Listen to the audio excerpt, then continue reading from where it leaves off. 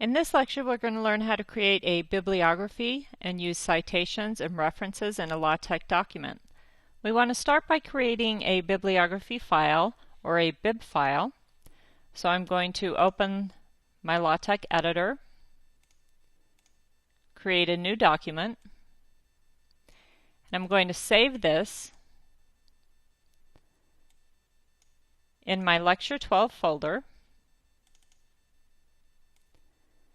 And here I don't want to save it as a text file. This is going to be a bibliography or a bib file. So I need to go down here to File Format and find something that says bib or LaTeX bib so that I can save this as a bib file. In my case it said tex bib file. Yours might just say bib. And we'll call this Lecture 12. And we see the .bib extension. We're saving this in folder Lecture 12. So in a bib file, you will create bib items for all of the different types of literature you want to reference in your article. One type of literature is, in fact, an article. So I use the article tag. It starts with @ followed by article. And then I want to open this with a curly brace. And then I'm also going to close with a curly brace, but in this case I'm going to include a lot of additional lines between those braces. So I put them on separate lines. The first thing you might want to put for your article is an author. So I'll say author, and I'm just going to make something up here. And we'll assume that this article has multiple authors. And when you have multiple authors, you separate them with the word and. So I have Bill Hall and James Jones and Mark Todd. Of course, there's a title to my article. We'll just say it's called A Good Article. Note that I'm putting this in quotes and following each line with a comma. This article appears in a journal, and the journal is called Computer. Now some of these tags are optional, but you'll see later that we're going to run BibTeX, and if you've left off some of the optional tags, you might see a warning. So you want to include as much information as you have about the literature that you're citing. So here we'll make up a volume number.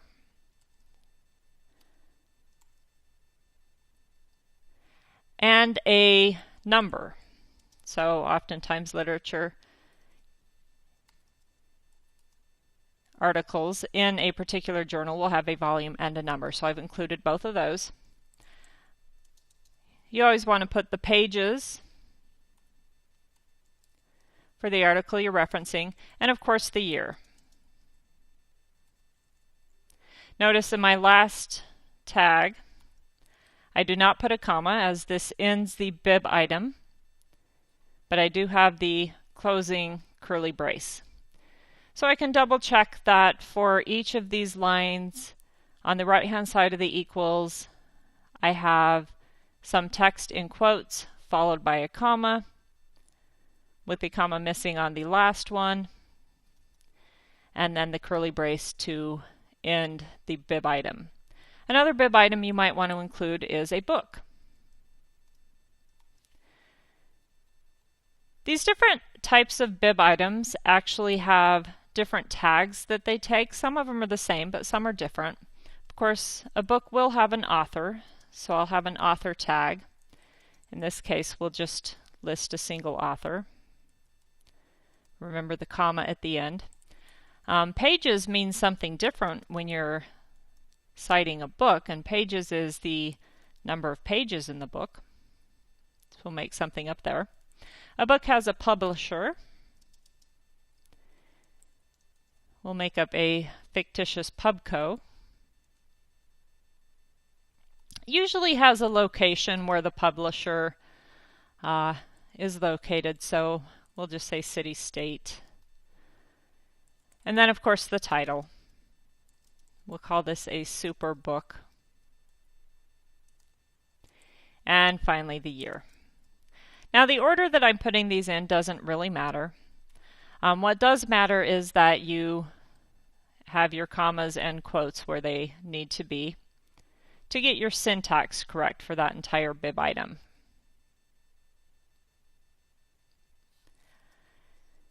And finally, another thing that I often want to cite is a URL. A lot of information we find today is on the internet and not necessarily published in print anywhere. So one way to create a URL citation is to use the miscellaneous tag, MISC, and we'll give this a title. And let's use the LaTeX website. And I believe that website is titled LaTeX, a document preparation system, comma. Now we want the URL to actually appear in our list of references, and one way to get that done is to use the How Published tag. So How Published, one word, all lowercase. And here we can put a URL.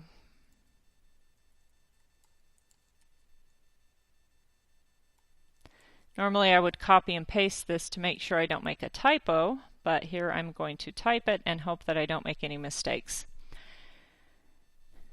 I'm going to make this the last entry for this bib item, so I won't put a comma over after How Published, but I will put the closing brace. Now for each one of these bib items that you've created, you're going to want a way to reference this bib item from your LaTeX document, and you do that by creating a key for each bib item. I have a convention that I use where I use the author's last name followed by the year, and then we'll put a comma after that. You can come up with your own convention. Whatever key you make is entirely up to you, but it should be something that you can readily recognize, as you'll see later when we're typing our tex file that's associated with this bib file. Now here I didn't put an author, so I'm just going to say LaTeX for my key. Alright, at this point I'm done with my bib file. I'm going to save it, and now I want to create a LaTeX file that actually uses this bib file. So I'll go back to TextShop and File New. I'm going to save this. I'm already in my Lecture 12 folder, so I want to save this as lecture12.tex, so this will be a regular tex file. And now I want to create a document. So in retrospect, I probably should have started with my template that I've been using, but I'll go ahead and type just the basic tags we want here. Document class, article. I always use package. Margin equals 1. And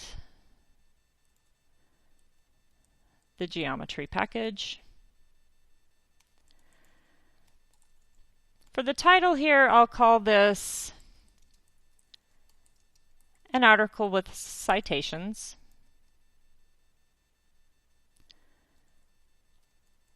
Of course, the author is myself, and I don't want a date. So I'll begin the document and put my end tag so I don't forget it.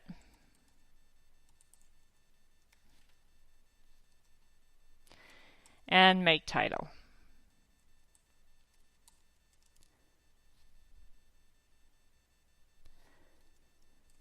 So in the first section, the introduction to my new document, I'll say this article is about citations. And then in the subsequent sentences, I'm actually going to create a citation. So I'll say, I read a good book, and now I want to cite this book at the end of this sentence. So I'm going to use the tilde again like we did with references when we were doing figures, tables. And instead of the ref tag, I'm going to use a special tag called cite. So /cite. And then in curly braces, I'll use that key we talked about in the bib file.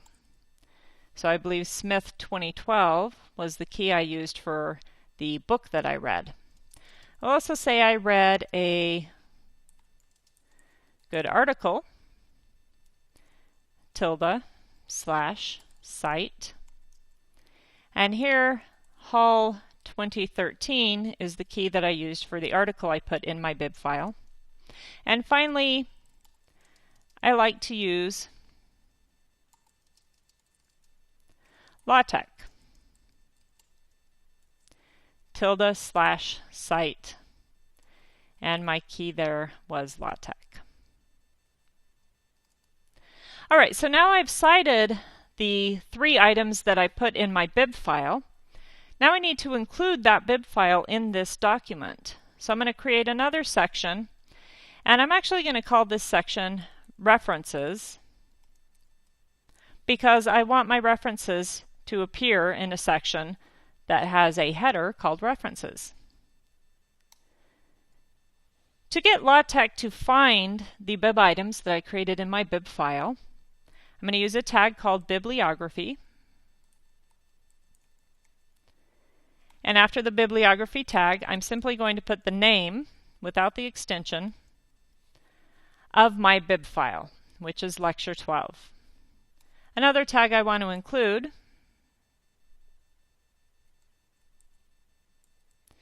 is bibliography style. There are a number of different styles you can use.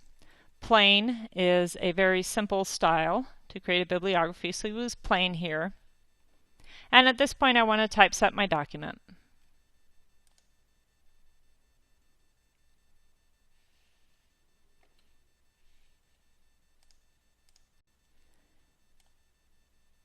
When I typeset, my console showed me an error. So let's see if we can find where this error is. It's in the geometry.sty, illegal unit of measure. So let's go back to our tex file. Oh, I see here where I said use package geometry. Margin should include a unit of measure after the 1.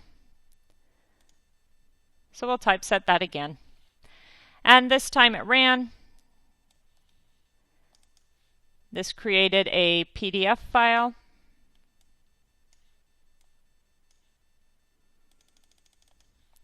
But you'll see in the PDF file that everywhere I had a citation, there's a question mark.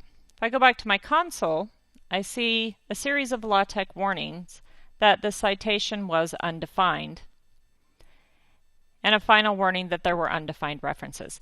This is telling me that LaTeX still does not know where to find those bib items that I created.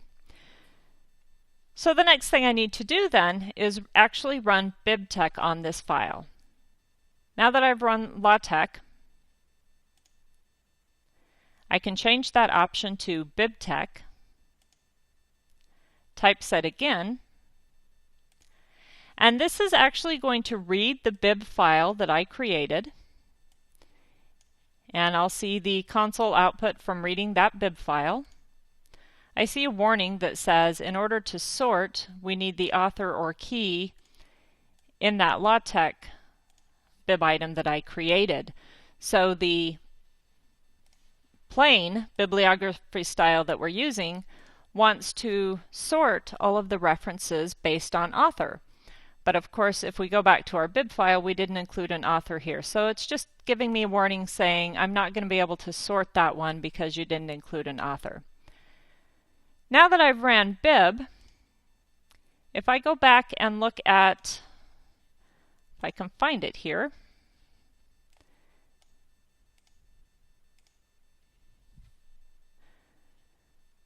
my files that are generated, I see a file called BBL. So that's a new file we didn't see before. BBL is the output of running bib. or BibTeX on a bib file. So here's my bib file. I ran BibTeX. That gave me a BBL file. Now, if I run LaTeX again, LaTeX is going to read that BBL file.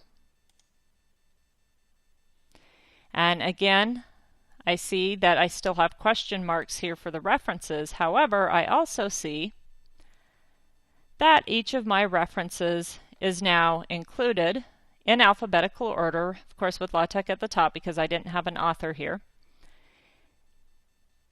But I'm still missing the actual citation. So if I go look at my console, I see the LaTeX warning labels may have changed to rerun, as we've seen before.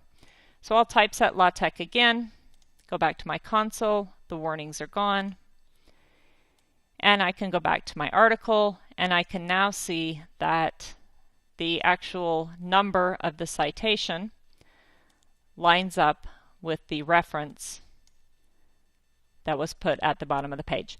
So notice that although my references are ordered alphabetically, my citations are still properly numbering, pointing to the right reference. And this is incredibly useful, especially when you start moving text around your document and you're citing things from different places and in different orders. You don't want to have to keep track of that numbering. So as long as you're citing things based on whatever tag you gave it, LaTeX will handle the numbering for you. So creating your own bib file can be tedious and take some time. There are a number of tools that will allow you to export your references in BibTeX format. And in the next lecture, we'll look at the tool that I use called Mendeley.